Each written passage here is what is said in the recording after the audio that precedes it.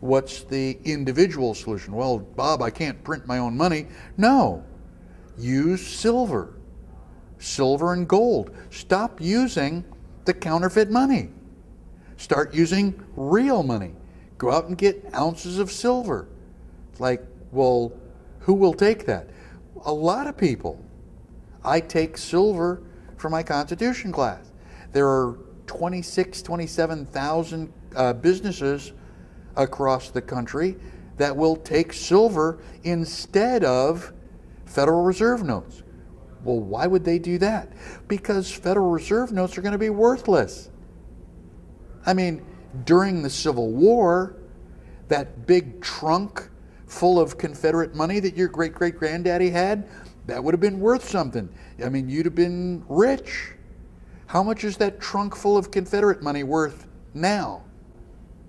Nothing. How much is Mexican money worth? Pretty much nothing. There are people running around with Zimbabwe money. Zimbabwe has printed so much money, people are buying trillion-dollar bills. That's a 1 with 12 zeros after it. This is $1 trillion of Zimbabwe money. And you can't even buy a cup of coffee. Let me ask you, you had a real nice analogy using a story involving a yacht. Oh, well, sailing. And I mean, the fundamental question is, well, why is the country so screwed up? Why are we having so many problems? And the answer is that everybody wants their rights, but nobody wants the responsibility that goes with it. You know, it's your responsibility to teach your children. But if you give that responsibility to the government schools, and your children come out illiterate, well, is that the school's fault? Well, no, ultimately that's your fault because you gave that responsibility away. If I let you pack my parachute and you do a really lousy job and I pull the ripcord and it gets all tangled up, whose fault is that? Well, it was my fault because I let you pack my parachute. Sailing is a wonderful hobby. I love to go sailing. I love to be out on the ocean because it is very, very free. I've got a lot of rights out on the ocean, but I also have a lot of responsibilities. Whose job is it to raise the sail? Just me. Nobody else on the boat. I guess that would be my job. So it's not a committee's responsibility. Whose job is it to pilot the boat? Mine. Well, what compass heading are we going to take? Well, I guess I would have to decide that. When you become a sailor, you have to assume responsibility because there's nobody to give responsibility to. If I'm having a problem on my boat, I can go to the radio and I go, Coast Guard, you know, I'm having trouble, my boat is sinking. And the Coast Guard says, well, where are you? I go, well, I'm on the ocean. Well, good luck, because that's not a close enough location. You know, the ocean is a big place and we're never going to find you. I hope you can swim. So you've got a responsibility to know how to sail the boat. You've got a responsibility to know where your boat is. You know, you've got to be responsible for anything that possibly happens. And you learn responsibility. You come back from a sailing trip, you don't go, hey, Bob, I'm hungry. Buy my lunch for me. It would never even cross my mind. Why not? Well, I'm the one that's going to eat. That would be my responsibility. And so if you take responsibility, society is going to be a lot more peaceful. If you and I go to lunch and you buy your lunch, I buy my lunch, you know, we can be friends. No hard feelings. But if I get the government to pass a law that says anytime Michael is hungry, Bob is responsible. Bob's responsible. Like, hey, Bob, come on, let's go to lunch. You don't want to go to lunch with me. It's like, again? Come on, it'll be fun. No, it won't be fun because you know I'm going to go out to lunch and eat like a pig and you're going to have to pay for it. And eventually, you're going to get really pissed every time you see me because, oh, here's Badnarik again. He wants another free lunch. It's like, well, the law says, well, the law is wrong. The law should not tell you that you have to buy my lunch. You buy your lunch, I buy my lunch, and everybody's happy. If you're hungry, well, work harder. The joke is that democracy is a bunch of wolves and a lamb trying to decide what's for lunch. Right. Whereas in a republic, it's a bunch of wolves and a heavily armed lamb that are trying to decide what's going to be for lunch. Yes, absolutely. Thomas Jefferson said that if you don't defend your rights, then you don't have them. So you've got to be willing to stand up for yourself. You've got to be willing to fight for what is right. But you got to know what right is. I mean, I can fight for you to pay my lunch. I mean, I really like that. I really like it when Bob pays my lunch, because then I can get surf and turf. Bob's so generous, yes. Bob is so generous because the law said so, you know? And everybody does it. You know, like, well, we're going out, come on, Bob, we're all going out for lunch, you know, and at the moment you think that you're, going to buy your own lunch. So I'm just going to have the soup and salad, just, like, $7, $8. And you sit down, and just before the waitress comes, the manager goes, this is a business meeting and lunch is on the company. Are you still going to have soup and salad? No, I want the filet mignon. I want a side of, I want a lobster tail with that, and we want the creme brulee. Are you really that hungry? Well, I may as well be, because I'm not paying for it. Everybody's taking advantage of the fact that the company is picking up the tab. Well, what if the company is barely solvent? This is the company that pays your paycheck. Right. And you pay the rent because you get a paycheck. So this is such a great idea.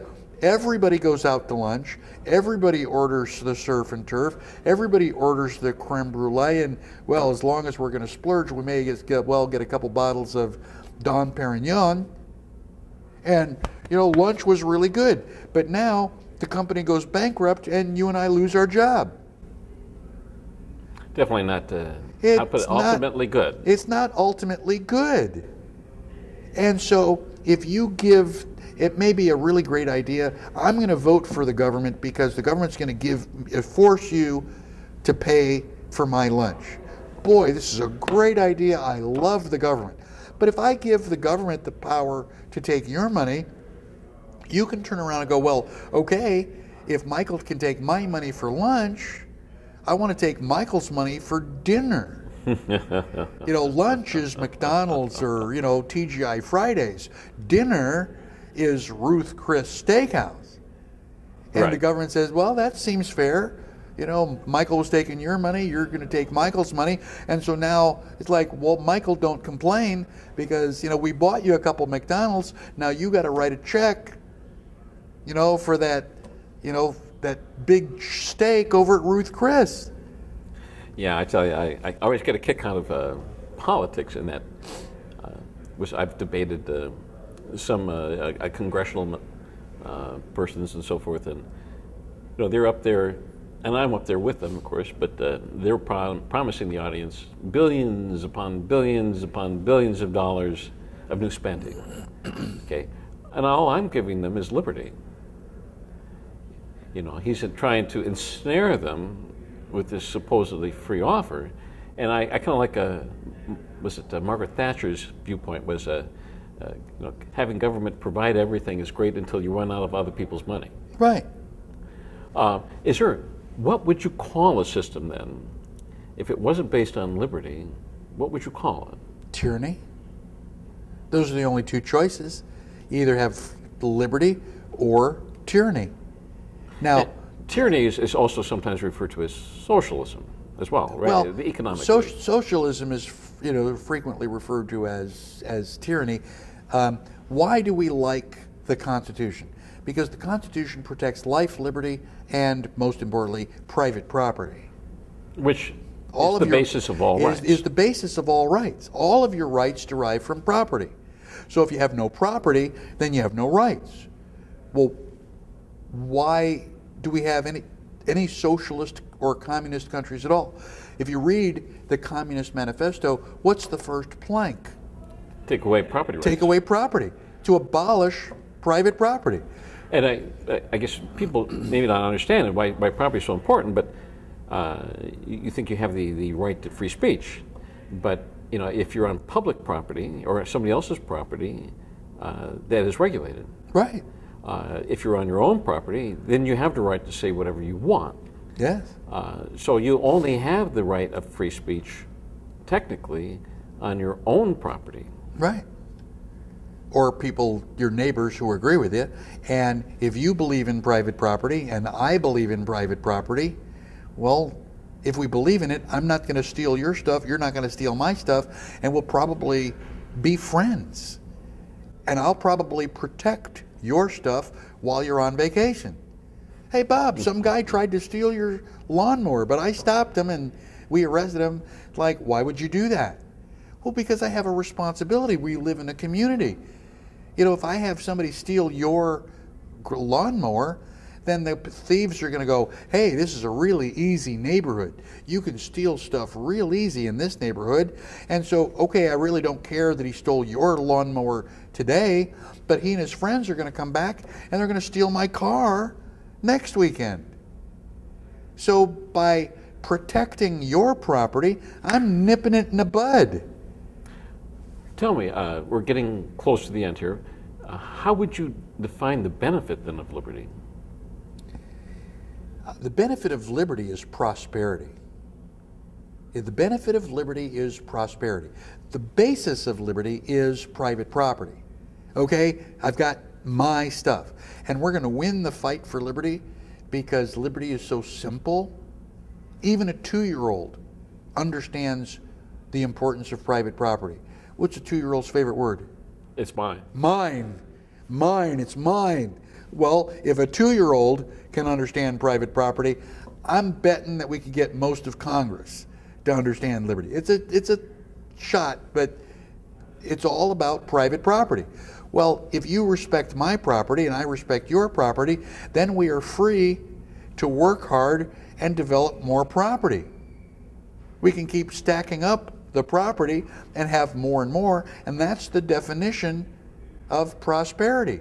Prosperity is having more property than you need right now. If you are struggling to pay the rent, if you're struggling to feed the children, if you're using credit card debt to put food on the table, is that prosperity? No. No, you are living just right there on the edge of poverty and starvation. And it's because you don't have liberty. And as you say, people don't see that connection.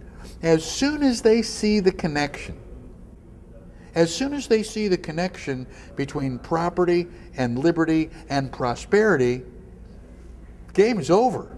Right. Game over. Sit back. We did it. We did it again. That's how the founding fathers were so successful.